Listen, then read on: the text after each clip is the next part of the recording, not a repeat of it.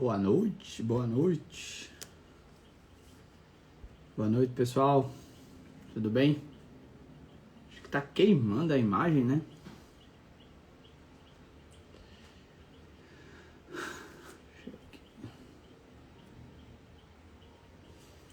E aí, galera, tudo bem? Boa noite. O áudio tá tranquilo? Todo mundo me escutando aí? Tranquilo, tranquilo. Dá só um oi aí, só pra eu saber que tá todo mundo me ouvindo. E aí? Tudo certo com o áudio? Valeu, Mari, obrigado.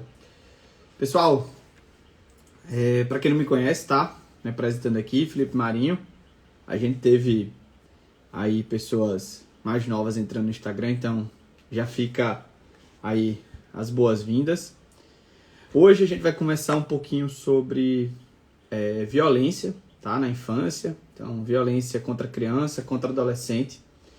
É um tema que está sendo cada vez mais cobrado por causa da sua importância epidemiológica, só que ao mesmo tempo a gente começa a ficar ainda mais de olho nesse tema devido à cobrança nas provas da FGV de concursos que a gente fez o apanhado nessas últimas semanas.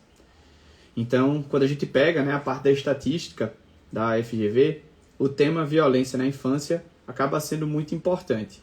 E por isso que a gente está trazendo aqui esse tema para revisarmos, para discutirmos, para tirarmos as dúvidas. E eu vou trazer aqui 3 questões ainda para discutirmos ainda melhor como é que é essa forma, né, que a FGV costuma trazer nas suas questões. Então, de antemão, a gente sempre, quando fala de violência, a gente pensa em um diagnóstico que ele fica muito na cara, né? A criança chega falando ou chega com sinais assim que são inequívocos de que é uma violência. Mas isso não é a realidade, essa é a minoria de casos, tá? A gente precisa sempre ficar atento à violência porque ela precisa entrar no diagnóstico diferencial de diversas condições na pediatria e também, tá? Se a gente quiser colocar na clínica médica. Meu foco é na pediatria. Então é importante a gente sempre conseguir diferenciar o que é uma violência do que é um acidente. Então, violência é um trauma intencional. É alguém aplicando de forma deliberada alguma ação contra outra pessoa. Essa violência pode ser física, pode ser psíquica, pode ser até mesmo o ato de omissão de cuidar, que a gente chama de negligência. Enquanto o acidente, ele pode ter um sinônimo chamado de trauma não intencional. Então eu gosto muito de pensar nesse sinônimo. Porque se o trauma é não intencional, claramente a gente está falando de uma coisa bem diferente da violência. Porque uma coisa é não intencional e a outra coisa ela é intencional, aplicada por outro indivíduo. Então, o nosso tema é nesse trauma intencional, tá? E só para a gente se colocar aqui do ponto de vista de epidemiologia, eu trouxe aqui para vocês, eu estou aqui olhando dados com vocês, o seguinte. Nós temos que de 0 a 19 anos, 40% dos casos de violência no nosso país são nessa faixa etária. Então, se eu pegar todas as violências que ocorrem no nosso país, na faixa etária de 0 a 19 anos, vamos ter quase 50% dos casos. E junto aos acidentes, a violência, ela é a responsável pelo maior número de óbitos na infância a partir do 2º ano de vida. Então, acidentes e violência acabam sendo situações de alta mortalidade, além, claro, da morbidade associada. Tanto a morbidade associada às sequelas físicas, que a gente consegue observar um pouco mais facilmente, mas também as morbidades psíquicas e do desenvolvimento das nossas crianças. E por incrível que pareça, a maioria das violências elas ocorrem dentro do domicílio. É a grande maioria dos casos. E os maiores perpetradores de violência, né, os autores da violência, eles também estão dentro de casa. E em geral são os cuidadores. Principalmente pais, mães, padrastos, madrastas. Então, essa situação da violência, ela precisa realmente ser discutida.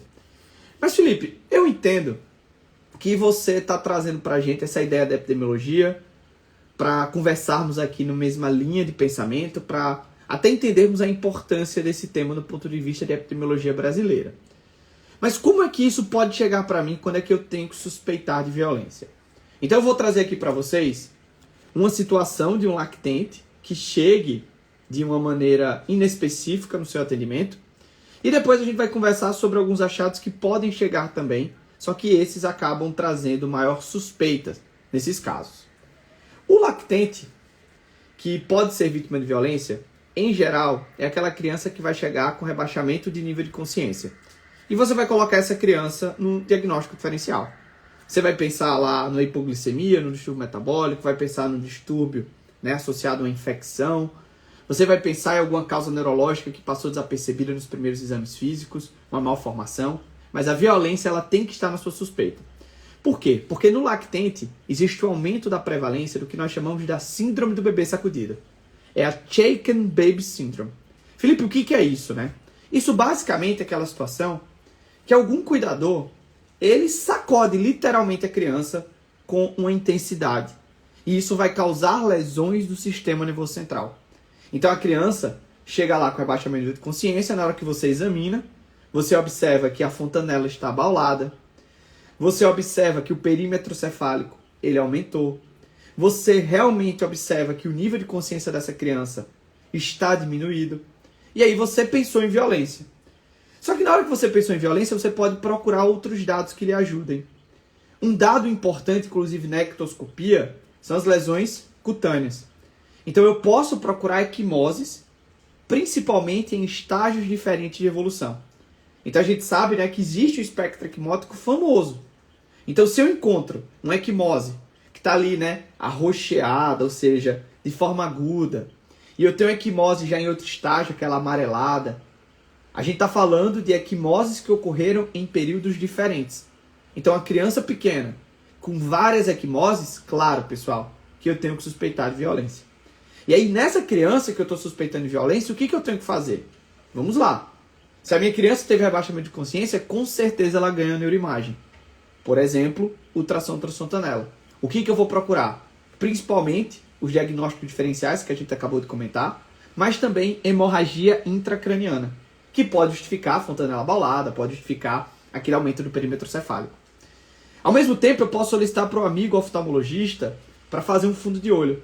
Porque um dado importante nessas avaliações da síndrome de Shaken Baby é justamente as hemorragias retinianas. E eu posso também fazer um raio-x de corpo inteiro. Com qual objetivo, Felipe? Basicamente, para que você avalie se esse paciente tem fraturas. E aí eu procuro fraturas em estágios diferentes de consolidação que podem, claro, me ajudar nesse diagnóstico. Então, esse daí é aquele paciente que chega e que você, com sua avaliação, você pensou que o risco de violência ali ele era alto e você fez a investigação. Felipe, tem algum outro dado que também pode lhe ajudar a pensar em violência? Claro que sim. A gente tem que lembrar, por exemplo, de violência numa situação que os cuidadores eles trazem histórias incongruentes. Então, o cuidador ele falou uma coisa para você agora, daqui a 1 hora, 2 horas na sua reavaliação, a história é outra, completamente diferente. Ou um cuidador fala uma história para você e o outro fala uma história completamente diferente, congruência entre cuidadores diferentes. Também tem que pensar em violência. Felipe, eu tenho outra situação? Tenho. E essa gosta de cair em prova. Qual é? É uma criança que, de acordo com o cuidador, fez determinada atividade e sofreu uma queda, fez algum evento que ocasionou aquele suposto acidente, mas que na hora que você observa para a criança, a idade dela é incompatível com aquele evento. Exemplo prático. A minha criança chega com afundamento de crânio. Ou seja, aconteceu algum evento de alto impacto. Mas o cuidador, sabe o que ele fala? Ele fala assim, ó. A criança estava engatinhando e bateu a cabeça quando perdeu a força do braço. Pessoal, tem como a criança engatinhar e a cabeça bater e fazer um afundamento de crânio? Claro que não. É muito improvável. Então, nesse caso, se existe essa incongruência, eu tenho que suspeitar de violência, eu tenho que fazer a notificação, eu tenho que fazer a investigação. Felipe, tem outra? Tenho, que já caiu também em prova. A criança vem para atendimento com a história de uma queda do berço porque ela rolou. Só que na hora que eu olho a ficha dela e a data de nascimento, a minha criança tem 1 mês, 2 meses. Criança com 1 mês, 2 meses já rolando na cama, não é possível. Então essa criança também tem que entrar na suspeita de violência.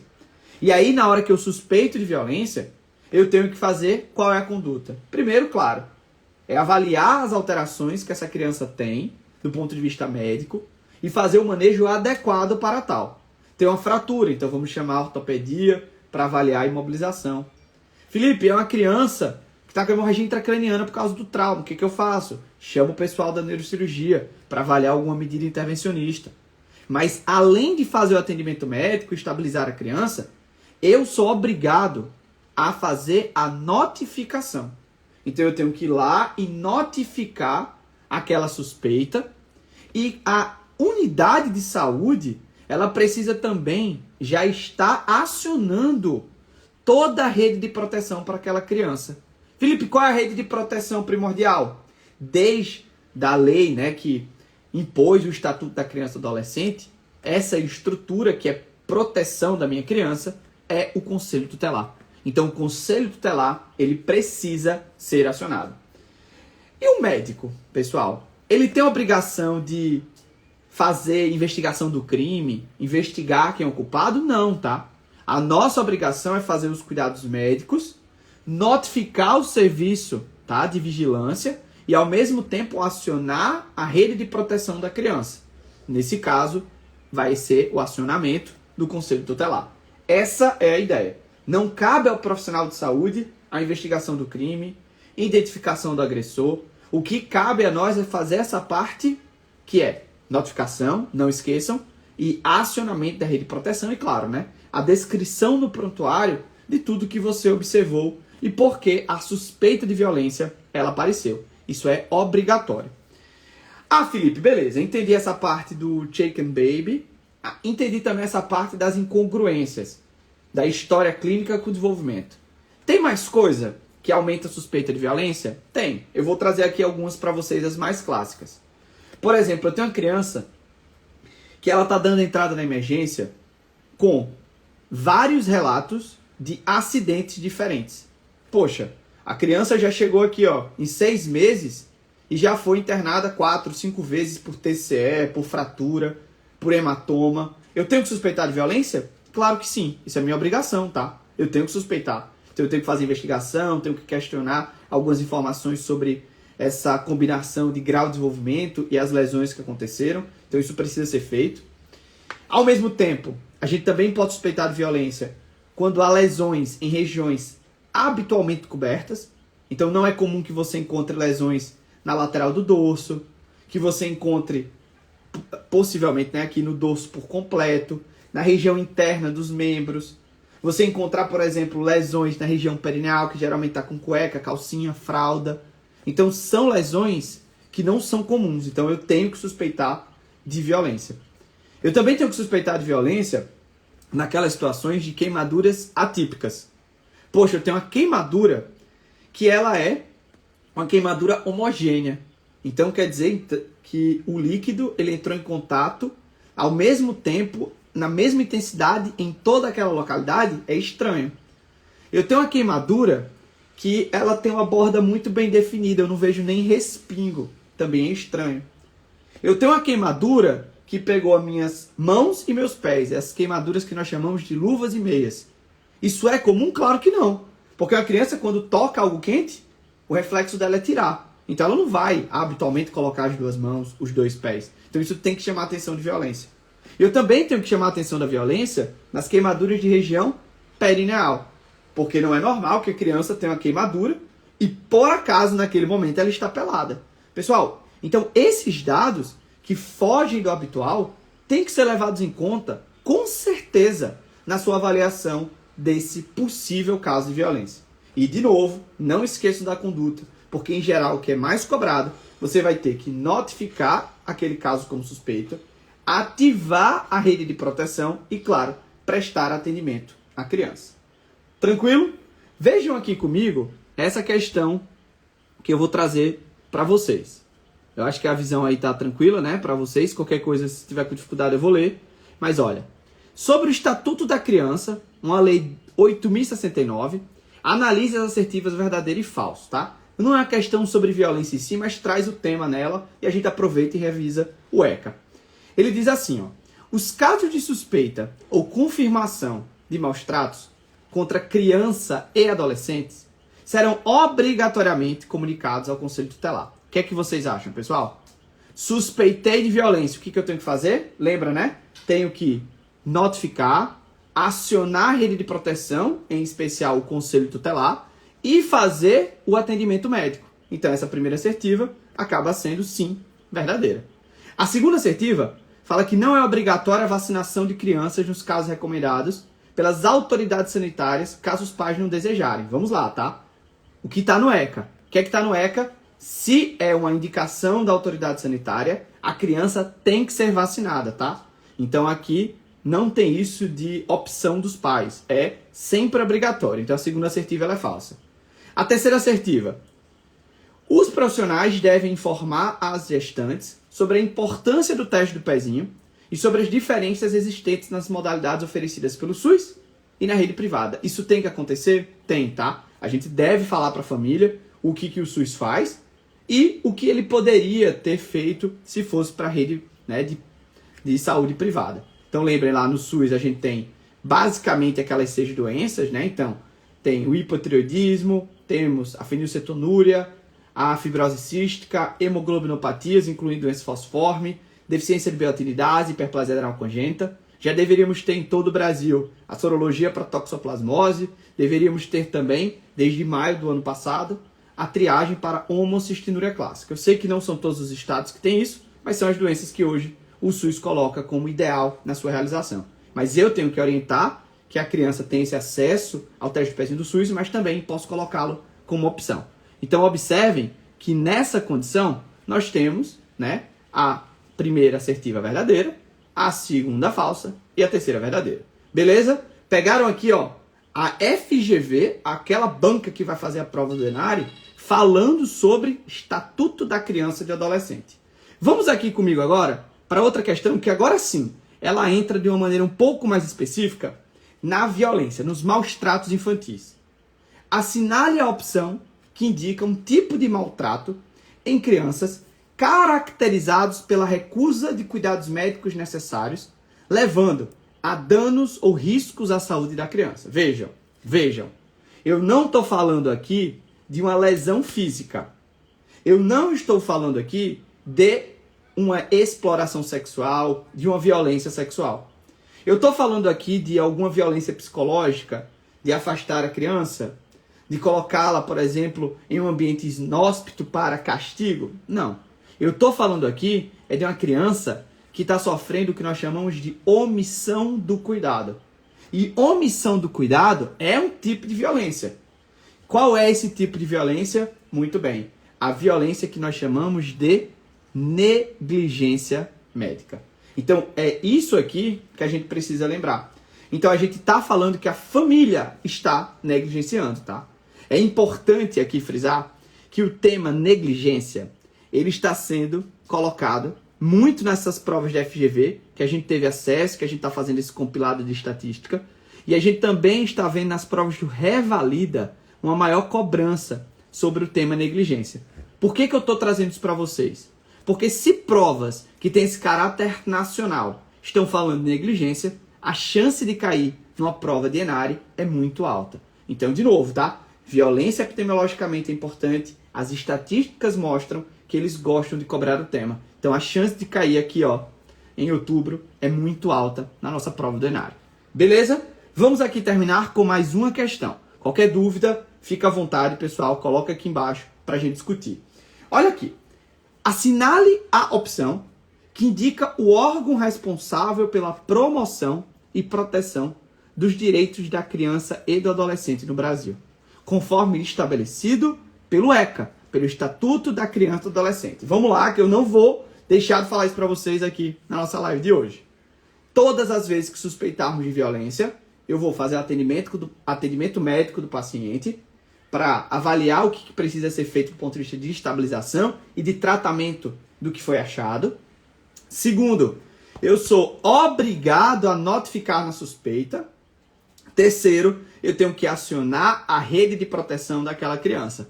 E a rede de proteção, de acordo com o Estatuto da Criança e do Adolescente, qual é o órgão, pessoal, que compõe primordialmente essa rede de proteção? Muito bem, é o nosso Conselho Tutelar. Então, essa seria a resposta.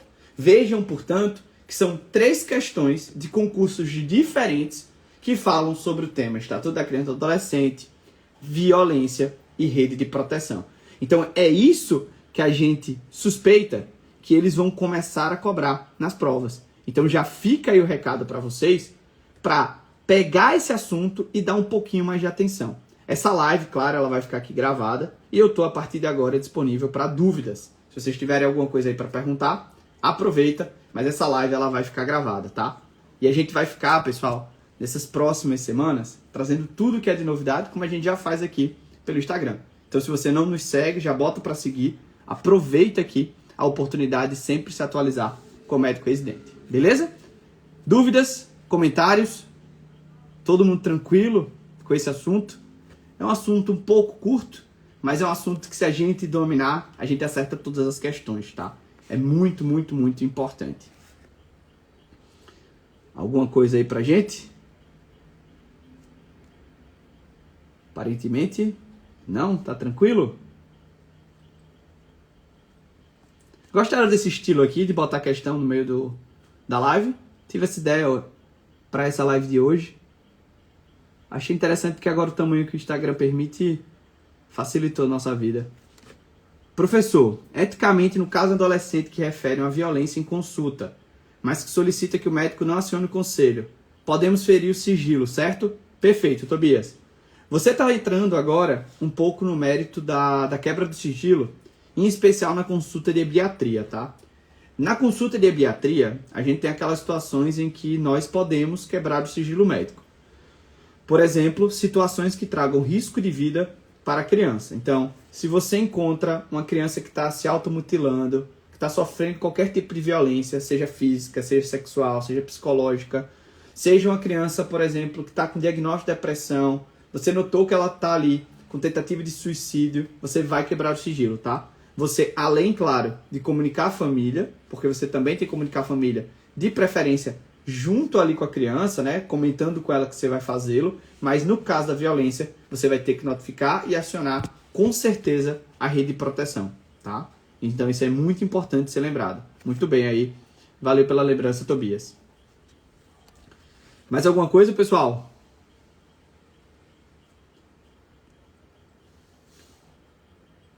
Tranquilo? Acho que respondi, não foi, Tobias? Então, acho que é isso, né? Então, queria agradecer, pessoal, todo mundo aqui, né? Quinta-noite, na live. Então, muito obrigado aí pela presença de vocês. Já fica o convite para a semana que vem. A gente sempre está fazendo aqui esse apanhado de assuntos importantes para todas as provas de residência. E agora, né? A gente vai sempre trazer questões junto com vocês. Então, boa noite para todos, boa quinta-feira e até a próxima. Valeu!